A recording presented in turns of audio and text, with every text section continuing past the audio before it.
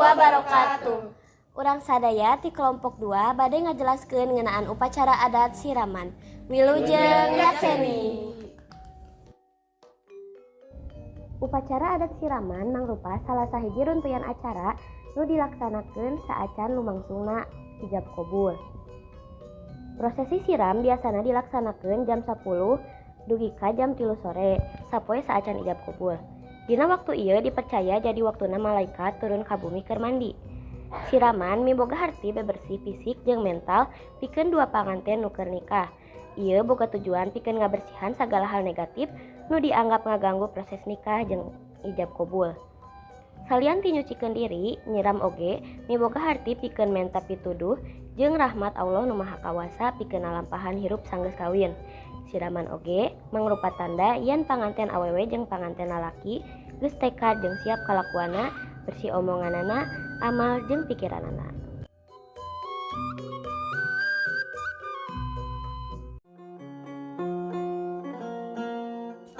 Bismillahirrahmanirrahim. Nadawidi kalih perhatosan ti wargi-wargi sadaya. Acara adat siraman calon panganten Neng Anas sejadi kawitan. Bismillahirrahmanirrahim. Assalamualaikum warahmatullahi wabarakatuh. Para sepuh hadirin wargi-wargi anu kusim kuring dipihormat. Sugrining puja-puji kalihna syukur sumangga urang sami-sami sanggakeun ka Allah Subhanahu wa taala. Rehna dina sonten ieu urang tiasa riung mumpulung paamprok jonghok empak seja nyakseni acara adat siraman nyaeta calon panganten nu geulis nyaeta Neng Anas.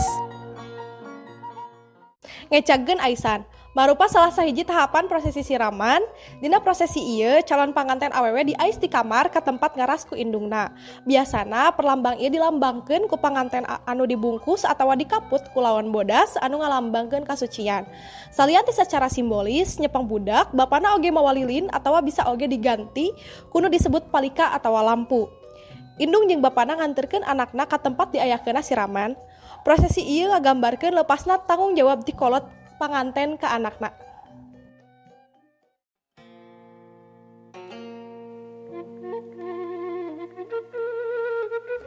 Geulis anaki hidup teh pupuden ati, bebelahan nyawa anu dipika cinta, dipika dedeh, dipika asih kurama hidup.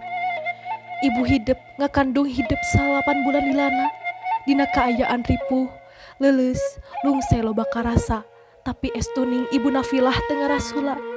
Anjeuna estu bagja rek gaduh jimatnya eta hidup pisan anaki. Dugi ka hidup gubrag medal ka alam dunya, anu geulis dirawu di pangku, dipika dedeh, dipika asih, dipika nyaah, lir nanggeui endog beubereung. Ayeuna hidup muntang karama hidup, anjeuna imam di kulawarga anu kedah dihormat di dama-dama ku hidup. Rama hidup nyandak palita, ieu oge hiji siloka. Salawasna anu jadi kolot mere pituduh jalan kahadean keur hidup.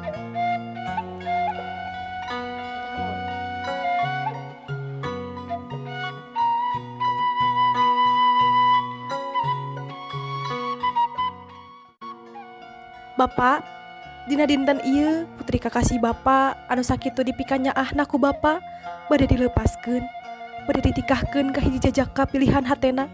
Bapak ridho, Pak? Insyaallah ridho. Bapak kalih ibu ridho lillahi ta'ala ngalepaskeun hidup. Mudah-mudahan picaroge Neng Anas lalaki nu sajati, lalaki anu tanggung jawab, imam anu hade kanggo anjeuna, anu tiasa neraskeun ka dedeuh sareng ka nyaah Bapak sareng ibu. Mangga ditiup eta lilina Pak. Ti kawit dinten ieu, tanggal waler Bapak dunya akhirat ka Neng Anas, lungsur kanu janten carogena. Mangga Pak ditiup. Bismillahi, Allahu Akbar. Alhamdulillah parantos ditiup. Neng, mudah-mudahan picarogeun Neng pamaget anu sami dedeuh nyaahna sapertos ramah hidup. Nyaah dedeuh kena ka Neng. Ayeuna dilesotkeun aisanana. Neng geulis dikawit ayeuna kapayun, hidup geura leumpang ku sorangan. Ulah hayang menta wae ka kolot, ulah hayang wae ngarondel wae ka kolot. Geus waktuna hidup mulang tarima kanu janten indung Bapa. Mangga Bapak Ibu linggi dina kursi, Neng calik di dieu mayun ka Ibu sareng Bapa. Nyalikan 7 sinjang, ieu nyemutan ka hidup geulis, nyemutan oge ka urang sadaya, barang gubrak medal ka alam dunya. hidup di bedong ku sinjang, jaga oge upami tos waktosna mulih ka rahmatullah, urang oge bakal dirurug ku sinjang. Ieu oge ngemutan ka hidup, ka abdi oge urang sadaya. Mudah-mudahan urang sarengkak saparipola sing inget kana aturan agama sangkan urang dina ngantunkeun ieu alam dunya aya dina karidoan Allah, aya dina kaayaan husnul khotimah. Sok tetep ramah hidup geulis, ramah hidup insan aulia Allah anu gagah, anu sakitu tangga walerna ageng, anjeunna dug hulupat nyawa, ripuh neangan rejeki, jang bisa nedunan segala rupikah yang eneng. Ta ayeuna disaksian sadaya kulawarga, sok neng nyungkeun hampura kanu jadi indung jeung bapa. Emut-emut ku neng Anas, sabaraha kali cobi kantos nyentak mama. Sabaraha kali kantos kelang ka bapa, ngabohong ka aranjeunna. Eta hiji dosa geulis, eta hiji dosa anu ngalantarankeun Allah bendu ka hidup. Geulis anaki, ibu ramah hidup parantos ridho lillahi ta'ala ngalepaskeun hidup. Jeung teu dipenta oge kanu jadi kolot mah teu weleh ngadoakeun anak. Ayeuna gabrung ibu sareng ramana, amitan ka aranjeunna, nyuhunkeun doa jeung pangrestuna geulis. Sungkuman, ritual ieu mangrupa salah sahiji prosesi nu aya dina siraman, nyaeta proses di mana calon panganten ngenta hampura jeung ngenta doa restu ti kolotna. Teu poho oge biasana aya nu nganuhunkeun ka sepuhna ku sabab geus miara atau geus ngurus manehna ti leutik.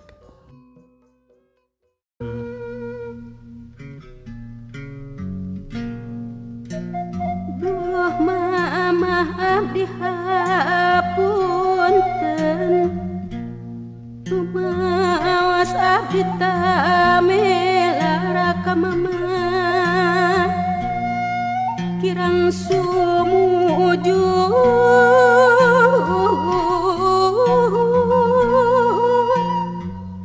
nu heman ka diri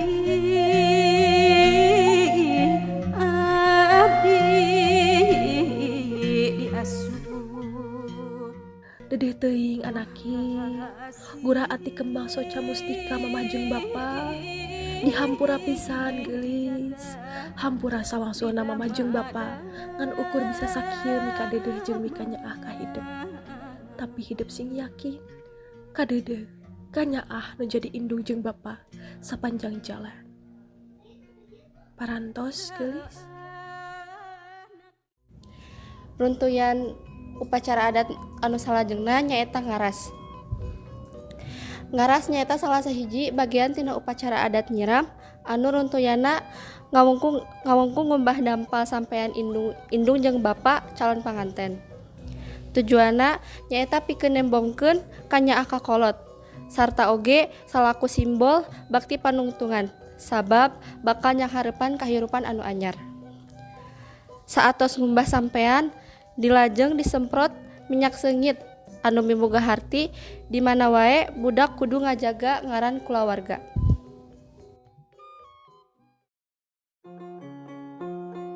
Neng, ieu aya cai ngagenyas. Ieu simbol siloka ka dedeh jeung ka nyaah nu jadi indung jeung bapa. Celik putih, celak herang, teu ngeuneuk, teu maleukmeuk, estuning anjeunna nyaah taya bibilasan. Alhamdulillah, kembang sataman atos dihijikeun kana cai bodas, ka nyaah ka dedeh indung anu salawasna nyambuang, dedeh jeung nyaahna pangwates wangan ka hidup.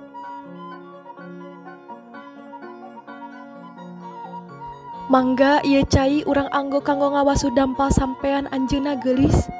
Amparkeun ieu anduk bodas dina pangkonan hidup.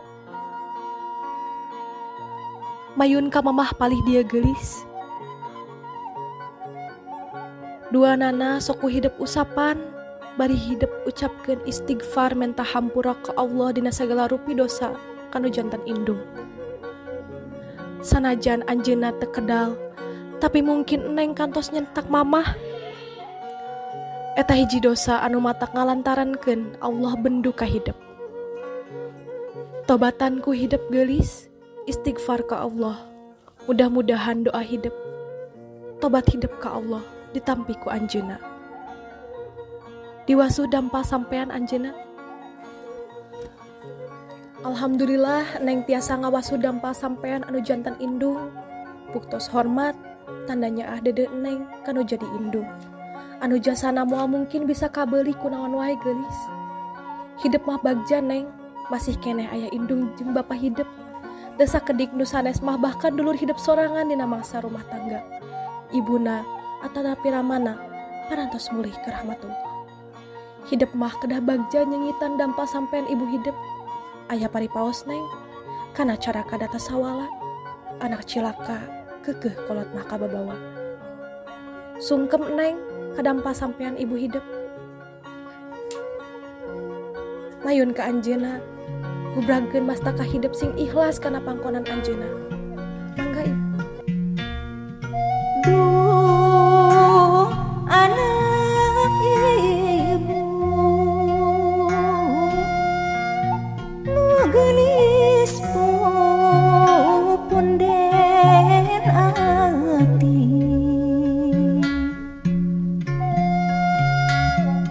sing caket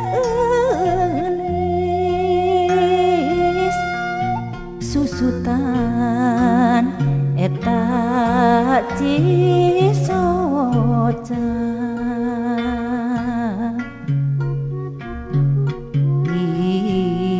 ibu teh ikhlas. Tah ieu anu dug hulupat nyawa, induk isuk balik tengah peuting, kadang-kadang kudu ngendong di panyabaan, awak lalinu loba nu karasa, tapi ku anjeunna teu diraos bakat ku hoyong gaduh rezeki leuwih, jang nyakolahkeun hidup, dugi ka mukakeun lawang kabarokahan Allah. Ridho Allah keur hidup, mangga dibasut neng dampa sampean ramana.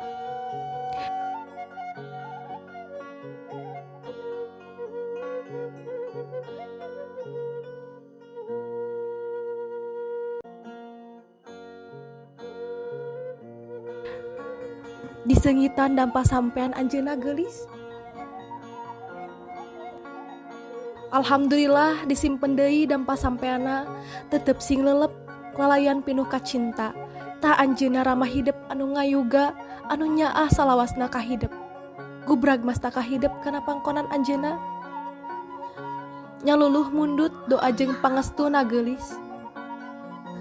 Dedeh teuing anaki jimat bapa, kacinta bapa, kanyaah bapa, didoakeun sing bagja anaki. Hampura bapa ngan ukur bisa sakieu mika dedeh jeung mika nyaah hidup. Tapi hidup sing yakin, salawasna doa bapa nyarangan hidup.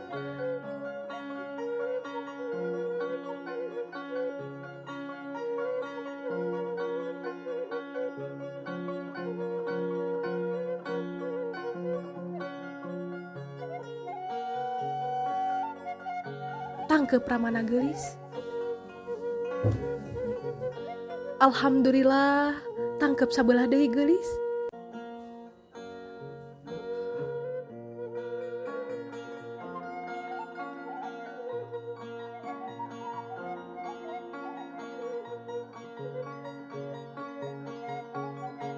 Mangga usapan mastakana Bapak.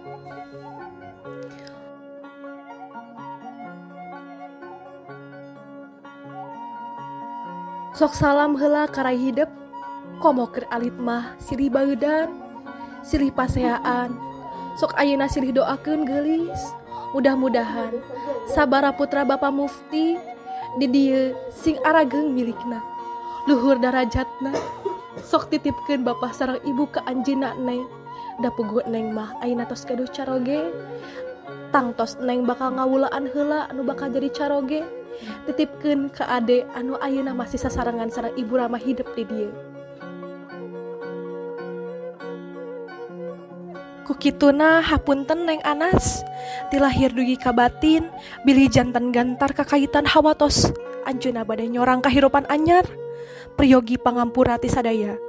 Hapunten ti kalahir batin, doakeun anjeunna, mudah-mudahan rumah tangga anu bade disorang estuning mulus rahayu berkah salamet, aya dina karidoan Allah, oge aya dina karidoan ibu-ibu sadaya. Tah, salajengna kana runtuyan acara nu utama nyaeta siraman. Tah samemeh calon panganten diibakan, calon panganten wajib wudu heula. Tuluy diibakan ku sepuhna, nu miboga acan falasifah pikeun ngaberesihkeun sarta nyucikeun sacara lahir jeung batin, samemeh ngalaksanakeun pernikahan. Nu salajengna calon panganten diibakan make cai kembang 7 rupa anu disebut kembang sataman, nu ngawengku kembang malati gambir, sedap malem, mawar beureum, kananga, kantil, jeung mawar bodas.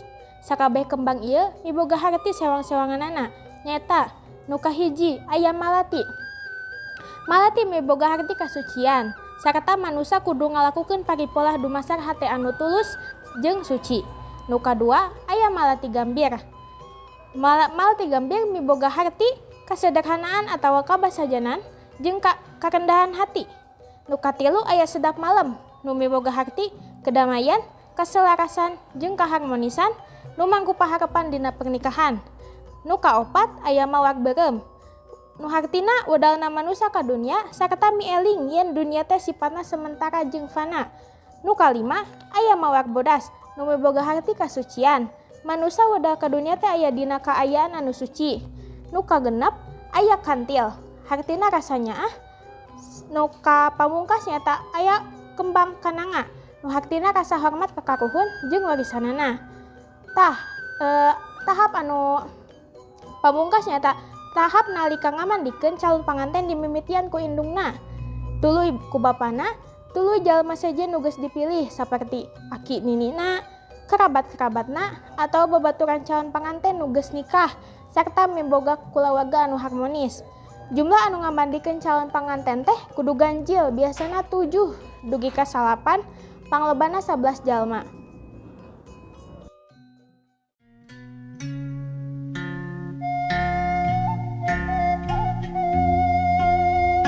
Sallallahu ala Muhammad, sallallahu alaihi wasallam.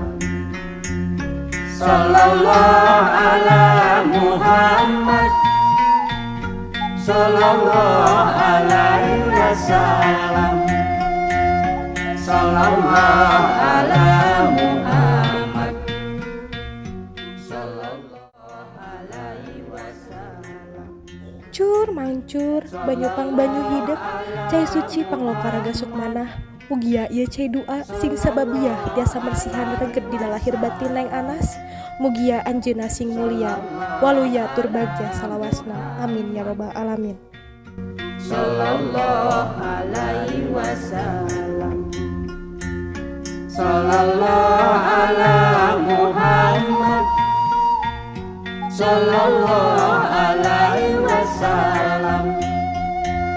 Sallallahu ala Muhammad, sallallahu alaihi wasallam.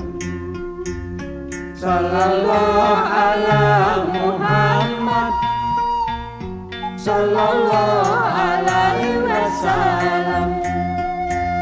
Sallallahu ala Muhammad, sallallahu alaihi wasallam. Sallallahu ala Muhammad, sallallahu alaihi wasallam. Alhamdulillah proses upacara adat ngaras sareng siraman neng Anas putra kakasih Bapak Mufti sareng Ibu Nafilah dina dinten ayeuna parantos rengse. Hatur nuhun ka Bapak Ibu sepuh wargi sadayana anu parantos ngaluuhan ieu acara. Hapunten dina salami mandu acara seueur hal anu kirang sapapagot dina manah Ibu sadaya. Hatur nuhun hapunten anu kasuhun cag urang teunden dihandeuleum sieum tunda dihanjuang siam paragi nyokot tinggalkeun sim kuring amitan. Mundur amit mungkur. Wassalamualaikum warahmatullahi wabarakatuh.